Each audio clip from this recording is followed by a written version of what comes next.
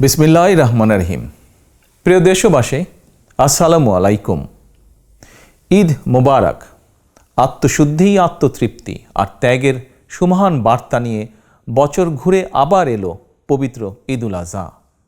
তবে ঈদ এলেও এবার দেশের অধিকাংশ মানুষের মনে নেই ঈদের সেই আনন্দ আর উচ্ছ্বাস। জনগণ এই মুহূর্তে এক কঠিন সময় পার করছে। গণতান্ত্রিকামী জনগণের ত্যাগের রাজনীতির বিপরীতে চলছে ক্ষমতাসীন মাফিয়া সিন্ডিকেটের ভোগের রাজনীতি। তাবেদার অপশক্তির অবৈধ ক্ষমতার লোভের কারণে রাষ্ট্র সমাজে নীতি, নৈতিকতা, ধর্মীয় ও সামাজিক মূল্যবোধের ঘটেছে চূড়ান্ত অবক্ষয়।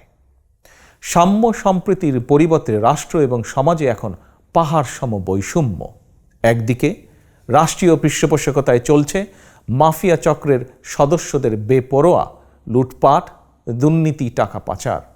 অপরদিকে বিরাজ করছে জনগণের মাঝে নীরব দুর্ভিক্ষ পরিস্থিতি।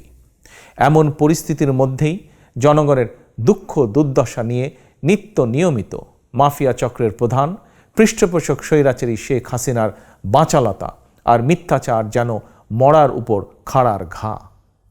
ত্যাগের মহিমায় ভাস্বর এবার ঈদুল আজহায় হোক তাই অঙ্গীকার, রুখতে হবে স্বৈরাচার। আমি বাংলাদেশ সহ বিশ্বের সকল মুসলমানদের প্রতি পবিত্র ঈদুল আজহার আন্তরিক শুভেচ্ছা জানাই। ঈদ মোবারক।